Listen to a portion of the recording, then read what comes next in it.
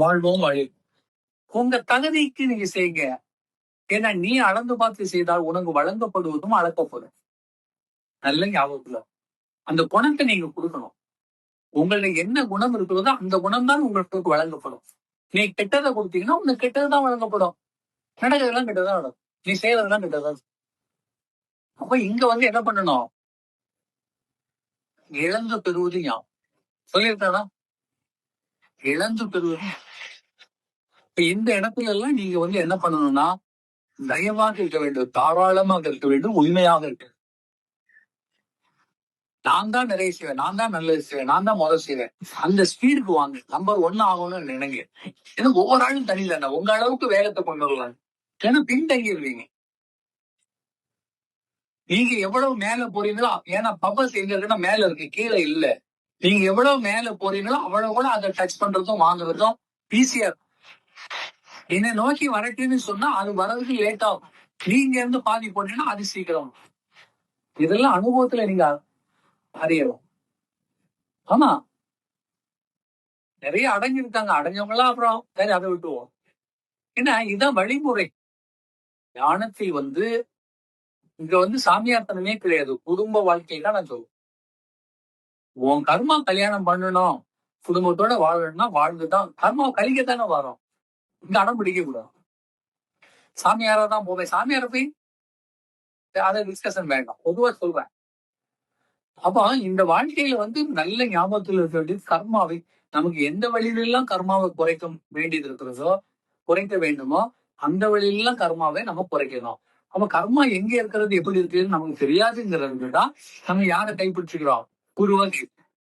அப்ப குரு கிடைச்சதுக்கு பிறகு குரு வழியில் நடப்பதுதான் ஞானத்தில் பலன். அப்ப குரு வழியில நடக்கும்போது அது குரு கட்டளையாக நம்ம எடுத்துக்கொள்ள வேண்டும். விளையாட்டுத்தனமா சும்மா சொன்னாரு நினைக்க கூடாது. அது வேடிக்கையா நினைக்கிறோம். ஏன்னா வேடிக்கையா பேசுறது இடமே கிடையாது. ஒவ்வொரு நிமிஷமும் கர்மா மாறிக்கிட்டே இருக்கும், வந்துகிட்டே இருக்கும். உடனே புது கர்மா எப்படி வருதுன்னு சொல்ல முடியாது. ஏற்கனவே இருக்கிறதே வண்டியில் இருக்கு, எனக்கு இடம் இல்ல, அன்லோட் பண்ண முடியல. அப்ப இங்க இருந்து மேல ஏற்றணும். அப்படிதான் நம்ம வாழ்க்கையை நம்ம தொலைச்சிருக்கோம். நல்ல ஞாபகம் வச்சு. இது 2வது இடம். அந்த முதல்ல ஆரோக்கியம் இல்லையா, அப்புறம் சௌக்கியம். இப்ப அடுத்தால ஆயுள். ஆயுள் எங்க இருக்கிறது? அதான் ஞானத்தில். ஞானத்தை பொறுத்து நீங்க யார்கிட்ட வரணும்? ஆயுளுக்கு திருமூலத்தை வரும். திருமூல அது வந்து உங்க கர்மாவை அளக்கக்கூடிய இடம். கர்மாவை அளக்குற இடம் எங்க வரும்? மனம் செய்யதான். மனம் தான் உங்களுடைய ஆயுள்காரன். மனம்தான் ஆயுள் தான். மனம் இருக்கும் வரைதான் ஆயுள். மனம் உங்களை விட்டு கலந்துருதுன்னு சொன்னா ஆயுள் முடிஞ்சு போச்சுன்னா ஆயுள்னா அந்த மண்ணில பிறக்குது. மனப்பதிவு இருக்கிறது வரைதான் உடம்புகள். மனப்பதிவு நின்று விட்டால் உடம்பே கிடையாது. நீங்க அருவ நிலைக்கு பெறுவீங்க, இறைநிலைக்கு போங்க. அப்ப அதுக்கு உங்களுக்கு கை கொடுப்பது எதுன்னா கண்ணாடி, திருமூல சன்னிதான் 3வது. அப்ப முதல்ல நீங்க வந்து ஆரோக்கியம், சௌக்கியம், அப்புறம் இல்லையா? அதான் ஆயுள், ஆரோக்கியம், சௌக்கியம்னு சொல்லுவாங்க. தெரியும். இதுதான் படி. நீங்க ஆரோக்கியமாக இருந்தால் தானே எல்லாம் செய்ய முடியும், எரிச்சு நடக்க முடியும், ஓட முடியும், பாட முடியும், பேச முடியும், கேட்க. பணம் இருந்தால் தானே ஒரு வேகம் நம்ம செய்ய. நம்ம கடனை செய்யறதுக்கு பணம் வேணுங்களா? இல்லைன்னு முடியாது. கடன் காரணம். அதுக்கு அடுத்த கட்டம் இங்க வந்து மனதை பக்குவப்படுத்துவது. ஏன்னா மனம்தான் வந்து எல்லாத்துக்குமே. அப்ப மனம் வந்து உங்களுக்கு வந்து ரொம்ப சுத்தமாக, இதமாக, ஐஸ்வர்யமாக இருந்ததுன்னா,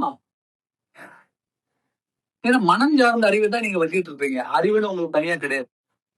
எல்லாம் மனம் சார்ந்ததுதான். மனசுக்கு என்ன பிடிக்குதோ அதுக்கு தகவலாம் திட்டம் போடுறீங்க. அந்த அறிவு அப்படி வேலை பார்ப்பேன். வீட்டுல மெதுவா கதை சொல்லுவாங்க, எனக்கு நீங்க எக்ஸ்ட்ரா கிளாஸ் இருக்கு, நான் இப்ப வாரேன், 2 நாள் வந்த முடியாது. அறிவு அதுக்குள்ள வேலை போட்டுரும். என்னெல்லாம் பிளானிங் பண்ணணுமோ எல்லாம் பண்ணிட்டோம். இது மனம் செய்யற வேலை. மனம் சொல்லும், பொய் சொல்லக்கூடாது. எனக்கு சொன்னாதான் அறிவு கேட்கும். நீங்க அறிவு சொல்லலாம், மனம் கேட்கல. உங்களுக்கு நல்ல ஞாபகம் வைங்க. மண்ணில் இந்த மனித புள்ளி மனம் சொல்வதைத்தான் அறிவு கேட்டுக்கொண்டது. அதனாலதான் நிறைய தவறு நடக்கும்.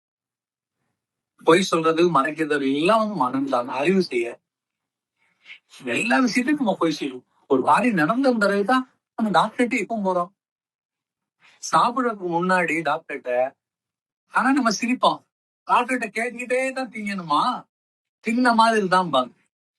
இல்ல கண்டதெல்லாம் தின்னுகிட்டு ஒரு புளிச்சே போறது, ஏப்பம் வருது, உடம்பு ஜுரம், தலைவலி, நம்ம டாக்டர்கிட்ட, டாக்டர் சாப்பிட்டதே ஒத்துக்கலையே, அலர்ஜியா இருக்குது, திங்கவனெல்லாம் கேட்கணும். அதை மறைச்சிட்டீங்க. அதை அவர்த்த சொன்னா விட மாட்டாரு, திங்க விட மாட்டாரு. மனம் சொல்லுது, அறிவு இல்ல, தெரியக்கூடாது. இப்போ அப்புறம் பார்த்து இதுவே பேசிக்கும். அப்புறம் என்ன முட்டினாலும் மோள, அவ்வளவுதான். அனுபவிச்சுதான் ஆகும். நீங்க டாக்டர்கிட்ட போய் என்ன சொன்னா என்ன பண்ணாரு? இல்ல ட்ரிப்பு போட்டுதான் ஆகணும், இருக்கிறதுல வெளியே தள்ளிதான் ஆகணும், குடல்ல வந்து இருக்குன்னா அதையும் கட் பண்ணிதான் ஆகணும்னு. அப்ப இந்த அவஸ்தையை யார் கொடுக்குறா? மனம். மனம் சரியா இருந்தா டாக்டர் ஏற்கனவே பிரிஸ்கிரிப்ஷன் கொடுத்துருப்பாரு, இப்படித்தான் நடக்கணும், அது இந்த ஆதாரங்கள்லாம் சாப்பிடாதீங்க, உங்களுக்கு பிரஷர் இருக்குது, சுகர் இருக்குது போது நீங்க அதை பார்த்துக்கிட்டே உங்களுக்கு கட்டளை வழங்கப்பட்டிருக்கிறது.